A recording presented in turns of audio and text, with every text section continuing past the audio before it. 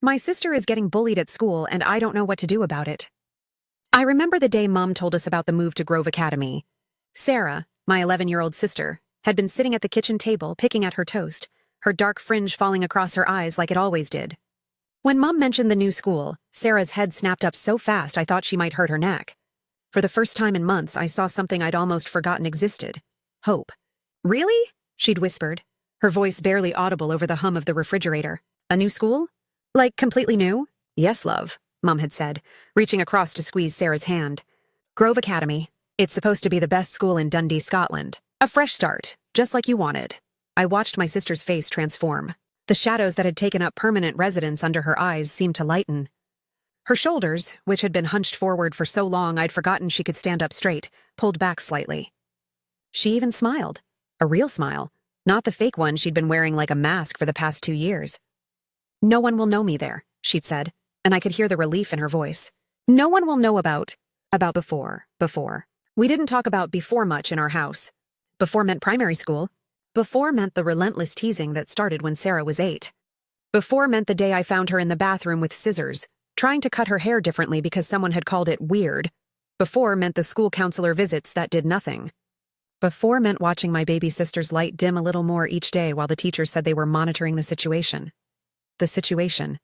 As if my sister's pain was just a situation to be monitored rather than a crisis to be solved. But Grove Academy was going to be different. Everyone said so.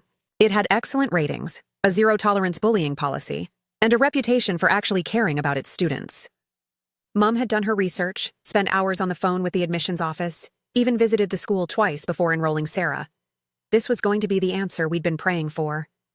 I'm 17 now, old enough to remember when Sarah was little, before all of this started.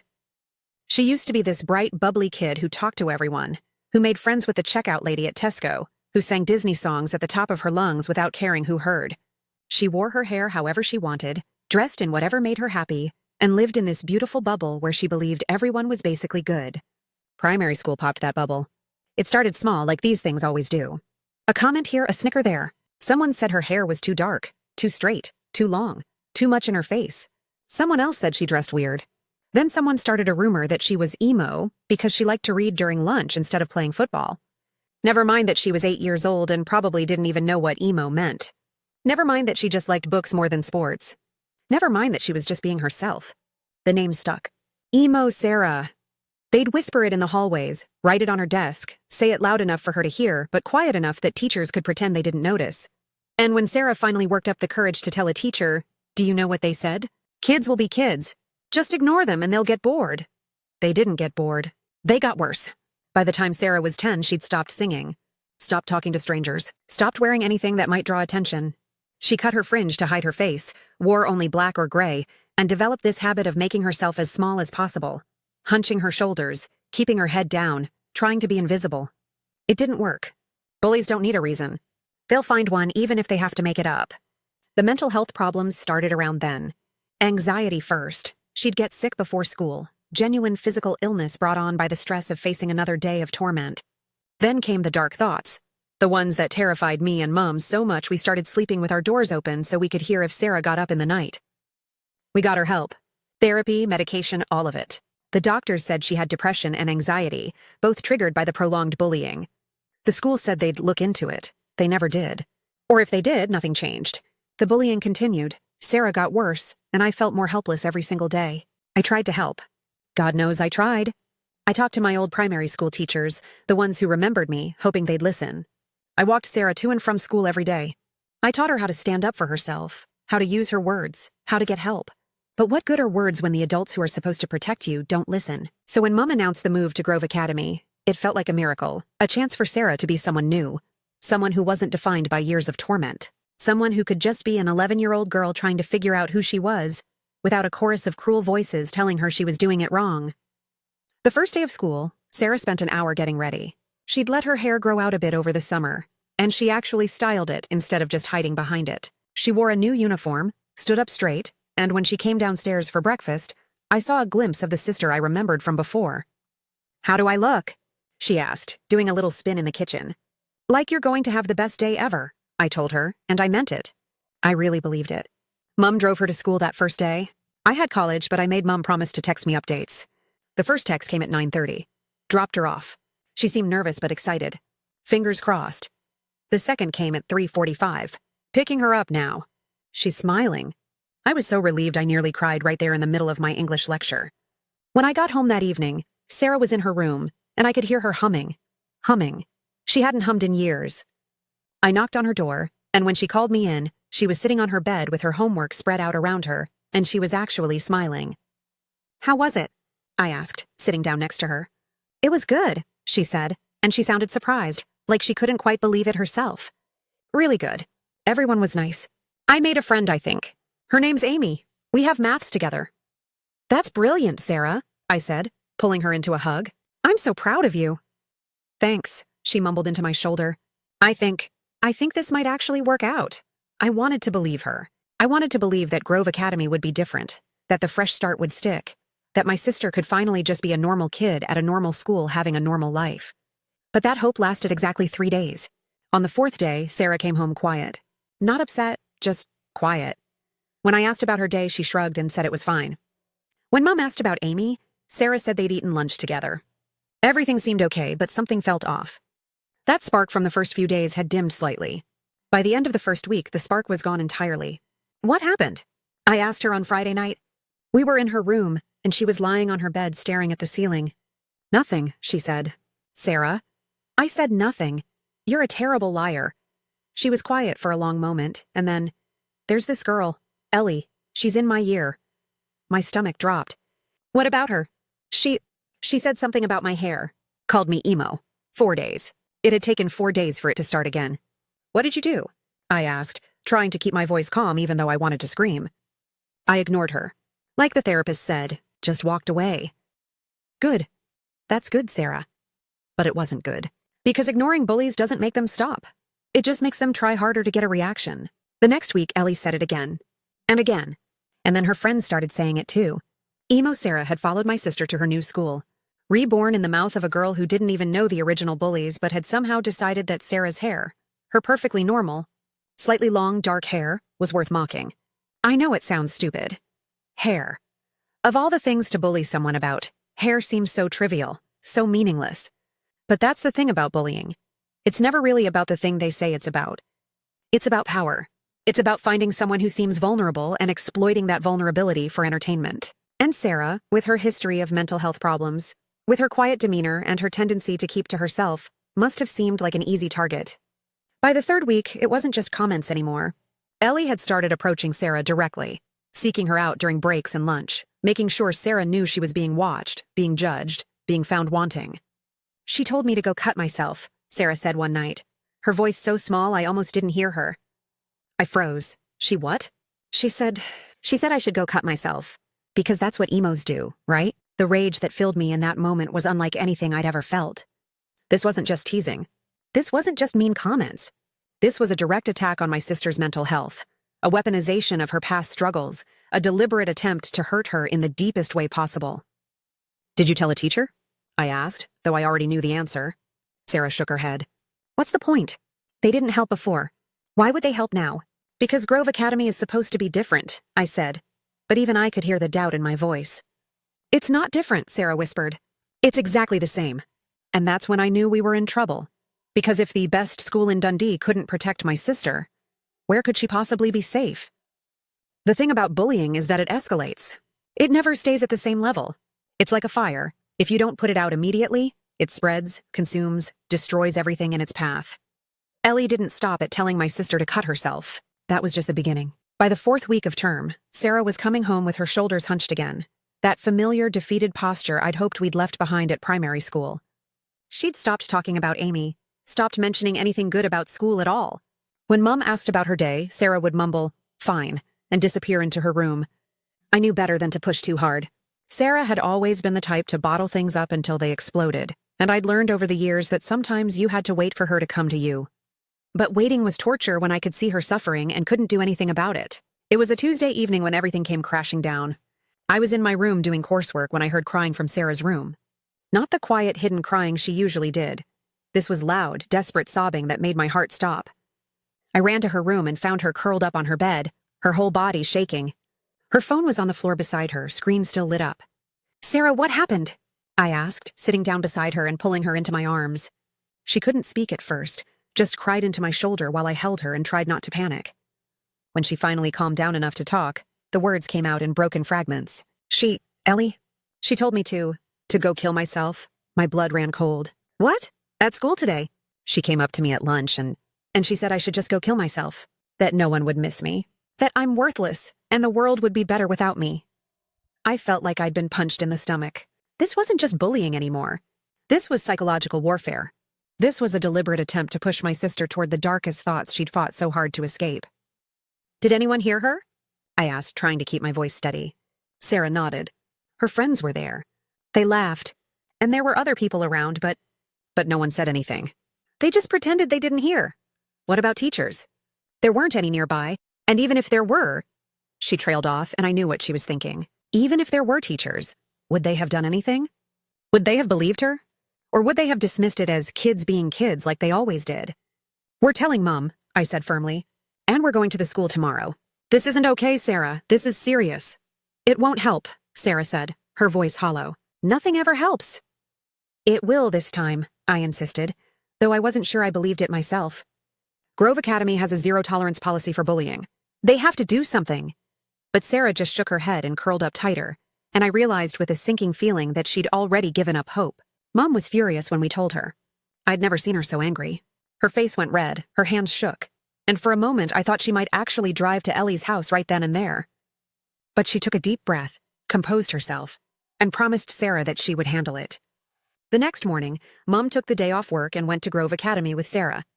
I had college, but I made Mom promise to call me as soon as the meeting was over. I spent the entire morning checking my phone every 5 minutes, unable to concentrate on anything. The call came at 11:30. How did it go? I asked immediately. Mom sighed, and I knew from that one sound that it hadn't gone well. They said they'd look into it. That's it? They'd look into it? They said they take bullying very seriously and they'll investigate the incident. They're going to talk to Ellie and the other students who were there. And then what? And then? I don't know. They said they'd keep us informed. I wanted to scream. Mom, she told Sarah to kill herself. That's not just bullying, that's... I know. Mom interrupted, her voice tight. Believe me, I know. I told them exactly that. But they have procedures they have to follow. They can't just expel a student without an investigation. So Sarah has to keep going to school with her while they investigate? They said they'd make sure the girls are kept separate. Different lunchtimes, different break areas. That's not good enough. I know it's not good enough. Mom snapped, and I could hear the frustration and fear in her voice. But what else can I do? Pull her out of school? We tried that before, remember? We moved her to Grove Academy to get away from the bullies, and look where we are now. Where else is there to go? She was right, and that was the worst part. We'd already played the fresh start card. We'd already tried running away from the problem. And the problem had followed us anyway, wearing a different face but speaking the same cruel words. Sarah went back to school the next day because what choice did she have? Mom had to work, I had college, and keeping her home would only make things worse in the long run. But I made her promise to text me if anything happened, and I kept my phone on vibrate in my pocket all day, jumping every time it buzzed. The first text came at lunch. Ellie walked past me and laughed. The second came an hour later. Her friends keep staring at me. The third came at the end of the day. I just want to go home. When I got home that evening, Sarah was already in her room. I knocked and went in to find her doing homework, or at least pretending to. Her textbook was open, but she was just staring at it, not really reading. How was it? I asked. They kept us separate like they said they would, Sarah replied without looking up. But it doesn't matter. Everyone knows now. Everyone knows I told on her. They all think I'm a snitch. You're not a snitch. You reported someone who was threatening you. That's not how they see it. She finally looked up at me and her eyes were red-rimmed. Now it's not just Ellie. It's her whole friend group. They all hate me now. My heart sank. This was exactly what I'd been afraid of. The investigation hadn't stopped the bullying. It had made it worse. Now Sarah wasn't just dealing with one bully. She was dealing with a whole group of them, all united in their hatred of the girl who'd dared to tell an adult. What are they doing? I asked, though I wasn't sure I wanted to know. Whispering when I walked past, giving me dirty looks. One of them, accidentally, bumped into me in the hallway and knocked my books everywhere. Little things. Things they can deny if anyone asks. You need to tell the school. I already did. They said they'd monitor the situation. There was that phrase again. Monitor the situation? As if watching my sister suffer was somehow better than actually doing something about it. Over the next few weeks, the bullying continued to escalate in ways that were harder to prove, but no less damaging. Sarah's things would go missing from her locker. Someone wrote emo freak on her desk in permanent marker. She'd find notes in her bag telling her to kill herself, always unsigned, always deniable. And then the boys started. I don't know if they were friends with Ellie or if they just saw an easy target, but suddenly Sarah wasn't just dealing with girls whispering about her. She had boys actively harassing her too. It started with comments, calling her emo, making jokes about her hair, her clothes, the way she walked. Sarah tried to ignore them like she'd been taught, but ignoring them only seemed to make them try harder. Then one of them, a boy named Connor, took it too far. Sarah was walking home from school when he and his friends caught up with her. I wasn't there, but Sarah told me about it later, her voice shaking as she recounted what happened. He told me to jump in front of a car, she said. We were walking past the road and he said, "Why don't you just jump in front of that car, emo? Do everyone a favor." "What did you do?" I asked, my hands clenched into fists. "I snapped," Sarah said, and there was something different in her voice. Not fear, anger. I turned around and I pushed him. Hard. And I told him to shut up, that I was sick of him and his stupid friends and their stupid comments. Part of me wanted to cheer. My sister had finally stood up for herself, had finally fought back instead of just taking it.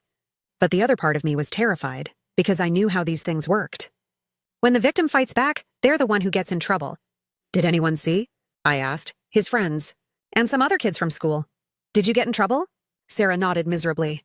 Connor told a teacher that I attacked him for no reason. I tried to explain what he'd said, but he denied it. Said I was making it up, and his friends backed him up. So what happened? I got detention. For fighting. I wanted to put my fist through a wall. My sister, who'd been tormented for weeks, who'd been told to kill herself, who'd finally reached her breaking point and defended herself. She was the one being punished. Not the boy who'd told her to jump in front of a car. Not the girl who'd started all of this. Sarah. "This is insane," I said. "Mom needs to go back to the school." She already did. They said they'd talk to Connor about his behavior, but that doesn't change the fact that I pushed him. They said I should have walked away and told a teacher instead of getting physical. You did tell teachers. Multiple times. And they did nothing. I know, Sarah said quietly. But it doesn't matter. They don't believe me. They think I'm the problem.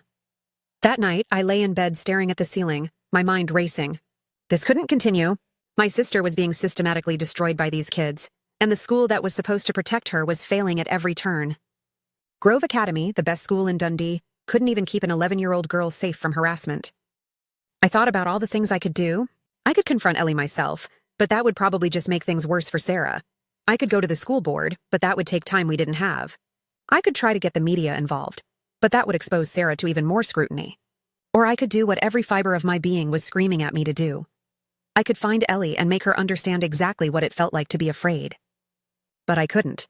Because I was 17, not 11, and if I laid a hand on an 11-year-old girl, I'd be the one in trouble, no matter how much she deserved it. The system protected bullies and punished victims, and there was nothing I could do about it. Except there was one thing. The next day, I started documenting everything. Every incident Sarah told me about, I wrote down with dates and times. Every text message, every note, every witness, I recorded it all. I took photos of the graffiti on Sarah's desk, screenshots of the messages, everything. Because if the school wouldn't protect my sister, I'd find someone who would. The physical violence started 2 weeks later. Sarah came home with a bruise on her arm. When I asked about it, she tried to hide it, but I'd seen it already. Who did that? I demanded. It's nothing, Sarah said, pulling her sleeve down. Sarah, who did that? She was quiet for a long moment and then, one of Ellie's friends. She grabbed me in the hallway. Said it was a warning. A warning about what? To stop being a snitch. To stop telling teachers about what they're doing. I felt something inside me break. They were physically hurting her now. This had gone beyond words, beyond psychological torture. They were actually putting their hands on my sister. We're going to the police, I said. No! Sarah grabbed my arm. Please don't, it'll just make everything worse. Worse? Sarah, they're hitting you. How can it get worse? They said if I tell anyone, they'll jump me. All of them together. They said they'll wait for me after school and... She didn't finish, but she didn't need to. The threat was clear. If Sarah told anyone about the physical violence, they'd escalate to a full-on assault. And suddenly I understood why victims of bullying so often suffer in silence. It's not because they're weak or because they don't want help. It's because the bullies have made it clear that asking for help will only result in more pain. They've created a system where the victim is trapped, where every option leads to more suffering. But I wasn't going to let that happen to my sister. Not anymore. Listen to me, I said, taking Sarah's hands in mine. I know you're scared. I know you think telling someone will make it worse. But Sarah, it's already as bad as it can get. They're threatening to assault you. That's not something we can ignore. But no buts. Tomorrow, we're going to Mom, and we're going to the school. And if they don't do something real, not just monitoring the situation, then we're going to the police. Because this isn't just bullying anymore, Sarah. This is assault. This is criminal. Sarah started crying again, but this time I think it was from relief. Relief that someone was finally taking this seriously. Relief that she didn't have to carry this burden alone anymore. I'm scared, she whispered. I know, I said, pulling her into a hug. But I'm not going to let them hurt you anymore. I promise. It was a promise I intended to keep no matter what it took. Because Ellie and her friends had made a mistake. They'd thought Sarah was alone, that she had no one to protect her. But they were wrong. She had me, and I was done playing by the rules that had failed her so completely. The meeting with the school the next day was worse than I could have imagined. Mom took another day off work, her second in 3 weeks, and I could see the stress of it weighing on her. Money was already tight, and missing work meant missing pay we couldn't afford to lose. But what choice did we have? Our daughter was being physically assaulted at school. I skipped college to go with them. I documented everything, had it all organized in a folder on my phone, dates, times, witnesses, photos of bruises, screenshots of threatening messages that Sarah's classmates had sent. I was prepared to present a case that the school couldn't possibly ignore. We sat in the deputy head's office, a woman named Mrs. Patterson who had kind eyes, but a tired expression that suggested she'd had this conversation too many times before. The head teacher, Mr. Morrison, was there too, sitting behind his desk with his hands folded, looking like he'd rather be anywhere else. Thank you for coming in, Mrs. Patterson began. We take all allegations of bullying very seriously at Grove Academy. With respect, Mum interrupted, her voice tight with controlled anger. You've been taking it seriously for weeks now, and nothing has changed. In fact, it's gotten worse. My daughter is being physically assaulted. Mr. Morrison shifted in his seat. Mrs. Campbell, I understand your frustration, but we have to follow proper procedures. We can't simply punish students without a thorough investigation. How thorough does the investigation need to be? I asked, pulling out my phone. Because I've got documentation of over 20 separate incidents in the past month alone. I've got photos of bruises, screenshots of messages, names of witnesses. What more do you need? Mrs. Patterson reached for my phone and I handed it over. She scrolled through the evidence, her expression growing more troubled with each swipe. When she finished, she looked at Mr. Morrison, and something passed between them, a look I couldn't quite read. This is concerning, Mrs. Patterson said carefully. We weren't aware the situation had escalated to this extent. That's because every time Sarah reports something, she's told you'll monitor it, Mum said. But monitoring isn't the same as acting. These children are terrorizing my daughter, and you're doing nothing to stop it. We have spoken to the students involved, Mr. Morrison said defensively. We've given them warnings, kept them separated during breaks. And yet they're still finding ways to hurt her, I interrupted. They're grabbing her in hallways, leaving threatening notes in her locker, sending her messages telling her to kill herself. Your warnings aren't working. What would you have us do? Mr. Morrison asked, and there was an edge to his voice now. We can't expel students based on allegations alone. We need concrete proof. I just showed you concrete proof, I said, my voice rising despite my efforts to stay calm. Photos, messages, witness statements. What more do you need? A video of them beating her up? We need to hear from all parties involved, Mrs. Patterson said, her tone placating. We need to give the accused students a chance to defend themselves. They've had chances, Mum said. Multiple chances. And they keep doing it because they know there are no real consequences. The meeting went in circles for another 30 minutes. The school administrators made promises. They'd increase supervision. They'd have another talk with the students involved. They'd implement a buddy system for Sarah during breaks. But they wouldn't commit to any real punishment for the bullies. No suspensions, no expulsions, nothing that would actually make them stop. What about moving Sarah to a different class? Mum suggested. At least then she wouldn't have to see Ellie every day. We can look into that, Mrs. Patterson said, but it's the middle of term. Moving students between classes can be disruptive to their education. You know what else is disruptive to her education? I snapped. Being too terrified to concentrate because she's worried about being attacked. I understand you're upset, Mr. Morrison began. No, you don't understand, I said, standing up. You don't understand what it's like to watch your sister come home crying every single day. You don't understand what it's like to be afraid that one day she's going to do something desperate because she can't take it anymore. You don't understand because you're sitting in your comfortable office making excuses instead of actually protecting the children you're supposed to keep safe. That's enough, Mr. Morrison said sharply. I won't be spoken to like that in my own office. Then do your job, I shot back. Because right now you're failing. Grove Academy is supposed to be the best school in Dundee, Scotland, and you can't even make one 11-year-old girl feel safe. We left the meeting with nothing but more empty promises. Sarah had waited outside during the discussion, and when we came out, she took one look at our faces and knew it hadn't gone well. "They're not going to do anything, are they?" she asked quietly. Mum tried to smile, tried to be reassuring, but I could see the defeat in her eyes. "They're going to try harder to keep you and Ellie separated." "That's what they said last time." "I know, love. I know." We drove home in silence. When we got there, Mum went straight to her room and I heard her crying through the door. Sarah went to her room too, and I was left standing in the hallway feeling more helpless than I'd ever felt in my life. That's when I made a decision. If the school wouldn't protect my sister, I would. I started walking Sarah to and from school every day, even though it meant missing my morning lectures. I'd wait outside the gates at the end of the day, making sure she got out safely. I made sure everyone could see me, a 17-year-old who was clearly there to protect her younger sister. For a few days, it seemed to help.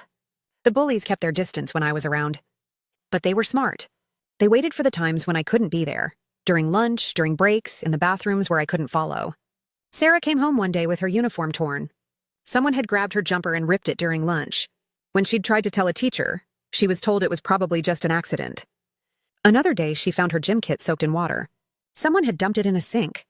The school said it must have been a prank, nothing malicious. The gaslighting was almost worse than the bullying itself.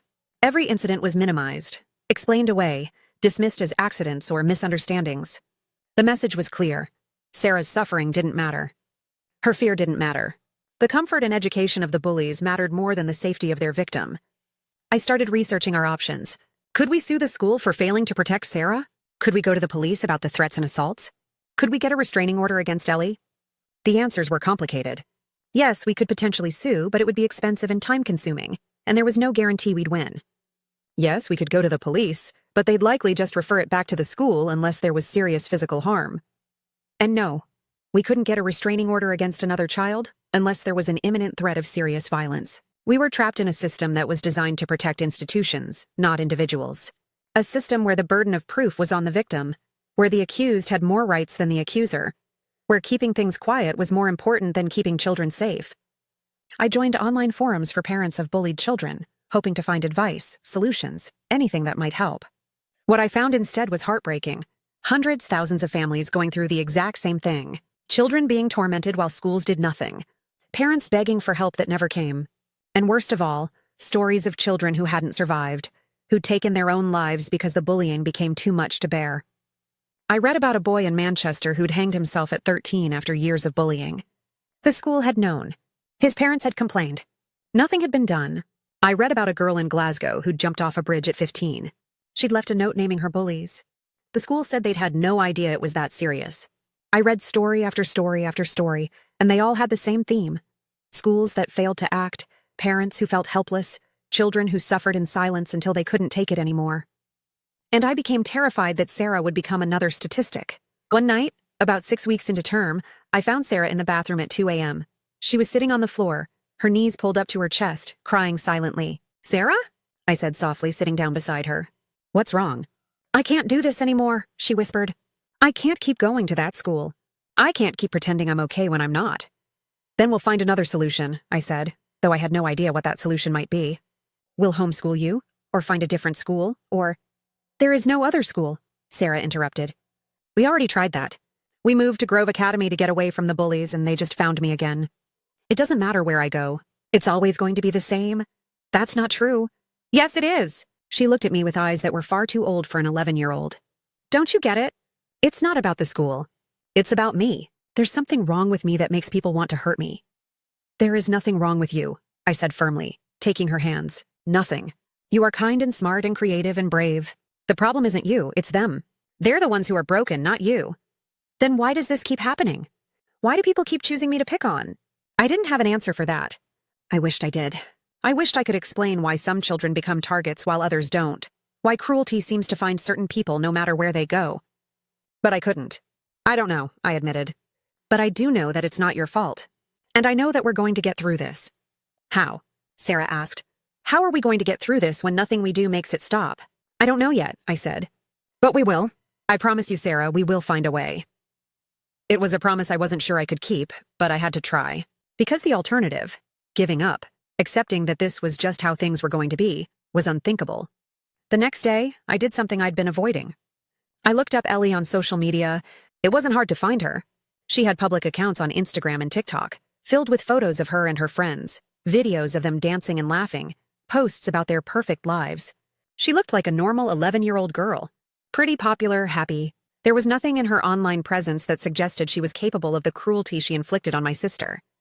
No hint of the darkness that must exist inside someone who could tell another child to kill themselves. But then I looked closer. I read the comments on her posts, the way she and her friends talked to each other. There was a meanness there, a casual cruelty disguised as jokes. They'd post photos and tag each other with comments like, "You look so ugly here, lol," or "Delete this, it's embarrassing."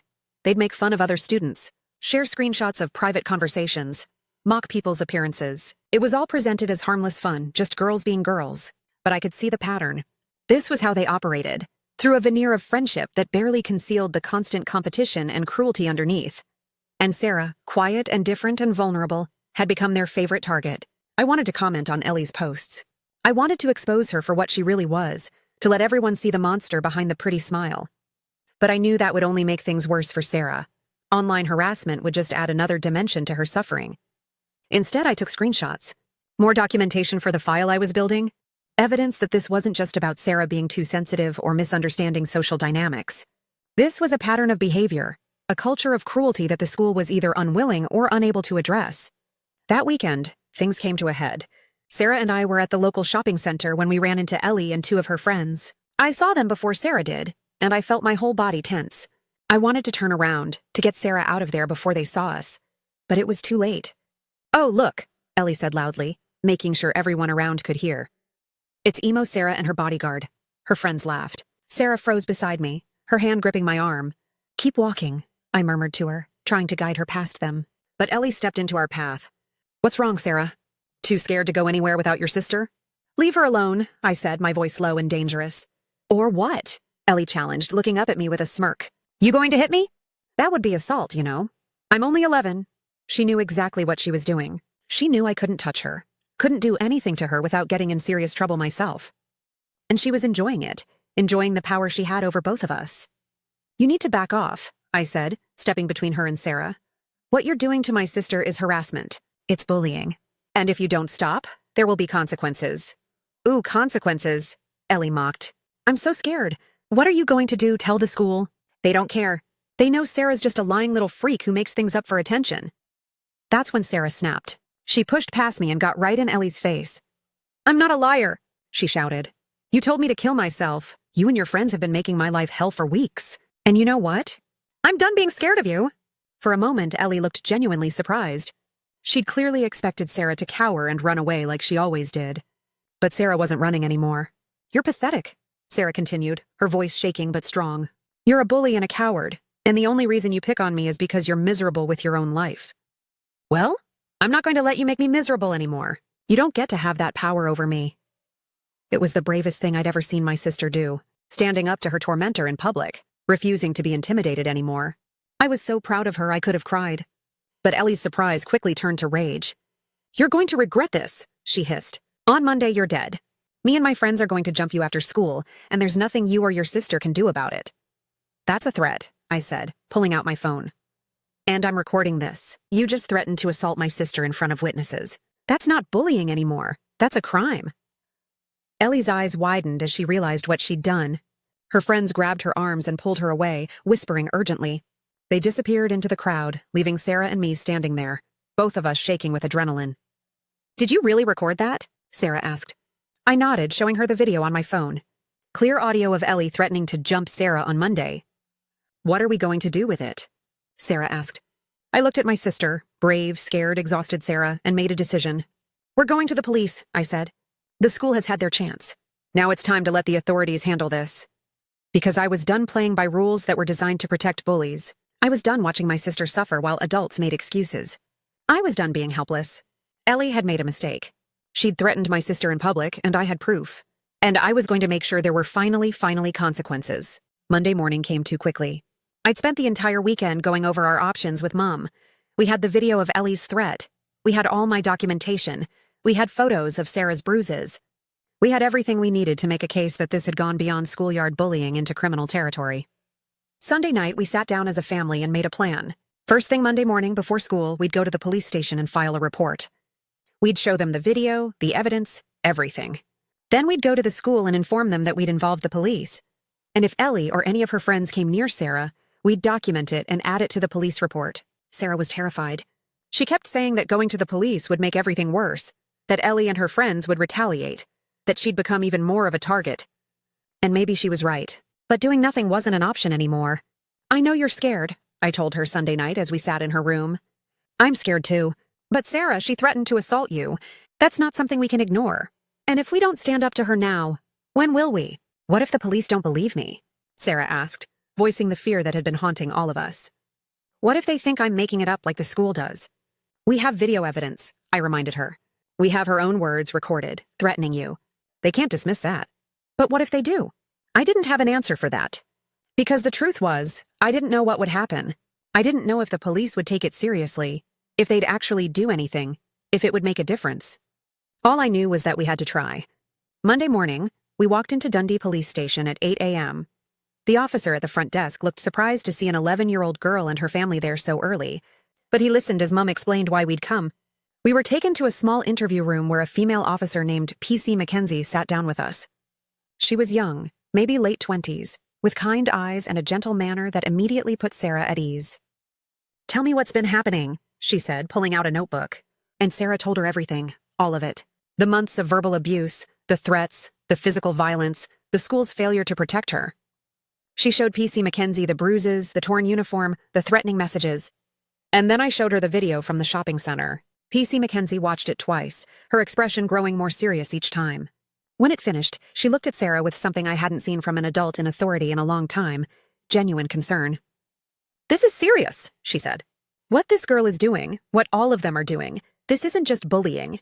These are criminal offenses. Assault, harassment, threatening behavior. You were right to come to us." I felt something loosen in my chest. Finally, someone was taking this seriously. "What happens now?" Mom asked. "I'm going to file a report," P.C. Mackenzie said. "We'll need to speak to the school, to the other students involved, to witnesses. We'll also need to speak to Ellie and her parents. Depending on what we find, we may refer this to the Procurator Fiscal for potential charges." "Charges?" Sarah said, her eyes widening. "Like criminal charges?" "Possibly," P.C. Mackenzie said. "What she did, threatening to assault you, that's a crime. And if we can establish a pattern of harassment and assault, there could be multiple charges." Part of me felt vindicated. Finally, consequences. Finally, someone was going to hold these kids accountable for what they'd done. But another part of me felt uneasy. These were 11-year-old children. Did they really deserve criminal records? But then I looked at Sarah, at the dark circles under her eyes, at the way she hunched her shoulders, at the fear that had become her constant companion. And I remembered what they'd put her through. What they were still putting her through. Yes, they were children. But so was Sarah, and she deserved protection more than they deserved leniency. We went straight from the police station to Grove Academy. This time we didn't make an appointment. We walked into the main office and demanded to see Mr. Morrison immediately. The secretary tried to tell us he was busy, but Mum wasn't having it. "Tell him we've just come from the police station," she said firmly. "Tell him we filed a report about the bullying and threats against our daughter. I think he'll want to see us." 5 minutes later, we were in Mr. Morrison's office. Mrs. Patterson was there too, both of them looking distinctly uncomfortable. "We've just filed a police report," Mum said without preamble, "about the ongoing harassment and assault of our daughter, and about the specific threat made against her this weekend. The police will be contacting you to request CCTV footage and witness statements." Mr. Morrison's face went pale. "Mrs. Campbell, I don't think involving the police was necessary." "It became necessary when your school failed to protect my daughter," Mum interrupted. "We've given you weeks to handle this situation. You've done nothing but make excuses and empty promises. So now the police are involved and they'll be investigating not just the bullying, but also the school's failure to prevent it." "That's not fair," Mrs. Patterson protested. "We've been trying. Trying isn't good enough," I said. "My sister has been assaulted on school property. She's been threatened with further violence. And your response has been to monitor the situation. Well, the police are monitoring it now." There was a long silence. Mr. Morrison and Mrs. Patterson exchanged glances, and I could see them mentally calculating the implications. A police investigation into bullying at their school. Potential media attention. Parents questioning whether their children were safe. The damage to Grove Academy's reputation as the best school in Dundee. "What do you want from us?" Mr. Morrison finally asked. I want my daughter to be safe, Mum said. I want the students who have been tormenting her to face real consequences. I want you to take this seriously instead of sweeping it under the rug. We do take it seriously. Then prove it, Mum challenged. Suspend the students involved. Move Sarah to a different class. Implement actual anti-bullying measures instead of just talking about them. Show us that you care more about protecting victims than protecting your school's reputation. Another long silence. Then Mr. Morrison sighed. We'll suspend Ellie pending the police investigation, he said. And we'll move Sarah to a different class, effective immediately. We'll also be implementing additional supervision during breaks and lunchtimes. It wasn't everything we wanted, but it was more than we'd gotten before. The threat of police involvement and potential media attention had finally motivated them to act. Thank you, Mum said, though her tone made it clear she wasn't actually grateful, just satisfied that they were finally doing their jobs. We left the office and went to find Sarah, who'd been waiting in the reception area. When we told her about the suspension and the class change, I saw something I hadn't seen in weeks. Hope. Really? She asked. Ellie's actually suspended? For now, I said. And depending on what the police find, it might be permanent. What about her friends? The school is going to talk to them, Mum said. And if they continue to harass you, they'll be suspended too. For the first time since this whole nightmare began, I felt like we might actually be getting somewhere. The police were involved, the school was finally taking action, and Sarah had a chance at a fresh start in a new class. But I knew better than to get too optimistic. We'd been here before, thinking things were going to get better, only to have our hopes crushed. I wouldn't believe this was over until Sarah could go to school without fear, until she could be herself without being tormented for it. The next few days were tense. Sarah started in her new class, and while she was nervous, she also seemed lighter somehow. Without Ellie's constant presence, without the daily harassment, she could actually focus on learning. The police investigation moved forward. PC Mackenzie called to update us. They'd interviewed Ellie and her parents, spoken to witnesses, reviewed CCTV footage from the school. They were building a case. Ellie's parents apparently were shocked. They claimed they had no idea their daughter was bullying anyone, that she'd never shown any signs of cruelty at home. They were defensive at first, insisting that Sarah must be exaggerating, but when shown the video evidence and the witness statements, they couldn't deny it anymore. I wondered what that conversation had been like in their house. Did Ellie cry and claim she was just joking? Did she try to justify her actions? Did she feel any remorse at all? Or was she just angry about getting caught? Part of me wanted to know. Part of me wanted to understand what made someone capable of such cruelty. But mostly, I just wanted it to be over. 2 weeks after we filed the police report, PC Mackenzie called with an update. We've decided to refer Ellie to the youth justice team, she said. Given her age and the fact that this is her first offense, she won't face criminal charges.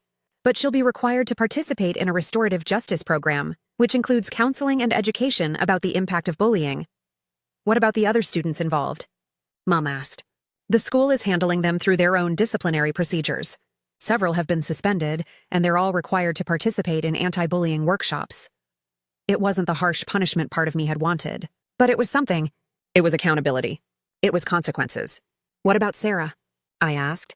Does she have to participate in this restorative justice thing? Only if she wants to, PC Mackenzie said. Some victims find it helpful to confront their bullies in a controlled environment, to hear them take responsibility and apologize. But it's entirely Sarah's choice. We asked Sarah about it that evening. Did she want to sit down with Ellie, with a mediator present, and hear her apologize? Sarah thought about it for a long time. No, she finally said. I don't want to see her. I don't want to hear her apologize because I don't think she'd mean it. I just want her to leave me alone. And that was fair. Sarah didn't owe Ellie forgiveness. She didn't owe her anything. The weeks that followed were better. Not perfect. Sarah still had anxiety about school, still had nightmares sometimes, still flinched when she saw groups of girls laughing together. The trauma of what she'd been through didn't just disappear because the bullying stopped. But she was healing. Slowly, gradually, she was finding herself again. She made friends in her new class, real friends who liked her for who she was. She joined the art club and discovered she had a talent for drawing. She started smiling more, laughing more, being more present instead of constantly looking over her shoulder. And one day, about 2 months after everything had happened, I came home to find her in the kitchen singing while she made a sandwich. Just quietly humming a song to herself, completely unself-conscious. It was such a small thing, but it meant everything. Hey, I said, not wanting to startle her. She looked up and smiled, a real smile, the kind that reached her eyes. Hey, want a sandwich? Sure, I said, sitting down at the table. We ate together in comfortable silence, and I realized that this was what I'd been fighting for. Not revenge against the bullies, not punishment for the school's failures. This. My sister being able to exist in peace, to make a sandwich and hum a song without fear. Thank you, Sarah said suddenly. For what? For not giving up on me. For fighting for me when I couldn't fight for myself. I felt tears prick my eyes. You don't have to thank me for that. You're my sister. I'll always fight for you. I know, she said. But I'm still grateful. Looking back now, I can see that the whole experience changed all of us. Sarah learned that she was stronger than she thought, that she could survive terrible things and come out the other side. Mum learned to be more assertive, to demand better for her children instead of trusting that institutions would do the right thing. And I learned that sometimes the system fails. Sometimes the people who are supposed to protect you don't. Sometimes you have to be willing to make noise, to cause trouble, to refuse to accept. That's just how things are. I learned that being a good sister meant more than just being there for Sarah emotionally. It meant being her advocate, her protector, her voice when she couldn't speak for herself. Grove Academy did eventually improve their anti-bullying policies. The police investigation had scared them into action, and they implemented actual consequences for harassment, better supervision, and mandatory training for staff on recognizing and addressing bullying. It was too late for Sarah, but maybe it would help other kids in the future. Maybe some other 11-year-old wouldn't have to go through what she went through, because the school had finally learned to take these things seriously. As for Ellie, I don't know what happened to her. She never came back to Grove Academy. Her parents moved her to a different school. I hope she learned something from the experience. I hope she grew up to be a better person. But honestly, I don't spend much time thinking about her anymore. Because this story isn't really about Ellie, or about the school, or about the broken system that fails so many children. It's about Sarah, about her resilience, her courage, her refusal to let cruelty define her. It's about the fact that she survived. That she's thriving now, actually. She's 13 now, doing well in school, has a solid group of friends, and is even talking about becoming an art teacher someday so she can help other kids who feel different or alone. The bullying left scars, it always does. Sarah still has bad days, still struggles with anxiety and self-doubt, but she's learned to manage it, to ask for help when she needs it, to believe that she deserves to take up space in the world. And if I could go back and give advice to myself at the beginning of all this, when I first wrote that desperate plea for help, I'd say this: trust your instincts. If you think something is seriously wrong, it probably is. Don't let anyone minimize your concerns or tell you you're overreacting. Document everything. Dates, times, witnesses, evidence. You'll need it. Don't rely on the system to protect your loved ones. Sometimes you have to be willing to go outside the system, to make noise, to refuse to be quiet. And most importantly, never ever give up. Even when it feels hopeless, even when every door seems closed, keep fighting. Because the people you love are worth fighting for. To anyone reading this who's going through something similar, whether you're the sibling of a bullied child, or the parent, or the victim yourself, please know that you're not alone. This happens to so many families, in so many schools, and it's not your fault. The system is broken. Schools often fail to protect vulnerable children. But that doesn't mean you're powerless. Speak up, make noise, document everything. Go to the police if you need to. Don't let anyone tell you you're overreacting or being dramatic. Trust yourself. And to Ellie, if you ever read this, I hope you've changed. I hope you've learned that words have power, that cruelty has consequences, that the pain you inflict on others doesn't just disappear when you walk away. I hope you've become someone who builds people up instead of tearing them down. But whether you have or haven't, Sarah is okay. Despite everything you put her through, despite your best efforts to break her, she survived. She's more than survived, she's flourished. You don't get to have power over her anymore. You never will again. And that, more than any punishment or consequence, is the real victory. My sister is not getting bullied at school anymore. She's safe, she's happy, and she's learning to love herself again. And I finally know what to do about it. I keep being there for her. Keep reminding her that she's worthy of love and respect. Keep fighting for her whenever she needs me to. Because that's what family does. That's what love does. It fights, it endures. It wins.